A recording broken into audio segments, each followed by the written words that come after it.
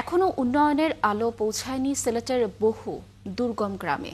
এমনই অবস্থা সিলেটের প্রবাসী অধ্যুষিত গ্রাম বিয়ানীবাজার উপজেলার আলীনগর ইউনিয়নের পাতন ফুলমল্লিক।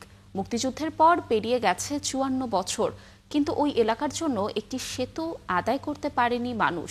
এলাকাবাসী জানান, পাতন, ফুলমল্লিক, ঘাঘুয়া ও আশপাশের অন্তত ২৩,০০০ মানুষ প্রতিদিন ভোগান্তির শিকার হচ্ছেন একটি সেতুর অভাবে।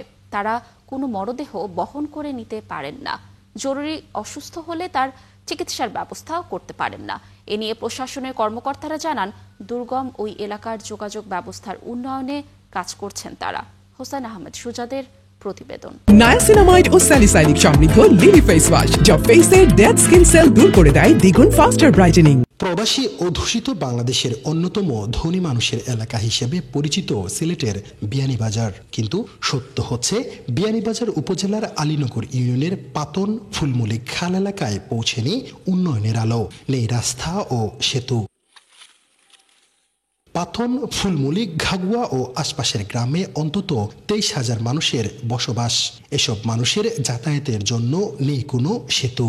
প্রায় ৫০ মিটার দীর্ঘ পাতন ফুলমল্লিক খালের উপর যোগাযোগের একমাত্র মাধ্যম বাঁশের একটি সাঁকো। এই এলাকার প্রায় ৪-৫ গ্রামের মানুষ জনবহুল একটা রাস্তা, প্রতিদিন ও রাস্তা দিয়ে চলাফেরা। রাস্তাটা এখনো অনেক অংশ মাটির অংশ রয়েছে, মধ্যখানে একটা খাল আমরা আছে, খরতি খাল, যে খালটা ব্রিজ, যার কারণে আমরা যোগাযোগ ব্যবস্থা জেলা আমরা সিএনপি রাস্তার লোকে করার কোনো সুযোগ নাই। আমরা বেমারি মানুষ, অনেক কষ্ট হয় খালের কারণে রাইট আমরা হাঁটিয়ে আইতে হয়। গ্রামবাসীর অভিযোগ, নিজেরা চাঁদা তুলে বাঁশের সাঁকোটি নির্মাণ করেন, তবে প্রতি বছর বন্যায় বাঁশের সাঁকো ভেঙে যায়, যে কারণে অসুস্থ রোগীকে হাসপাতালে নেওয়া কিংবা জরুরি প্রয়োজনে যাতায়াত করা প্রায় অসম্ভব হয়ে ওঠে। কোনো মরদেহ এলাকায় নেওয়া যায় না। সেতু কিংবা সড়ক না থাকায় এলাকায় বিয়ে করতে আসেন না বর বা কনে পক্ষ। আব্বা মারা গেছে, ওদিকে আমরা প্রচুর কষ্ট, তার মধ্যে আবার ২ কিলোমিটার হাঁটিয়ে আব্বারের লাশ নিয়ে আবার লাগছে।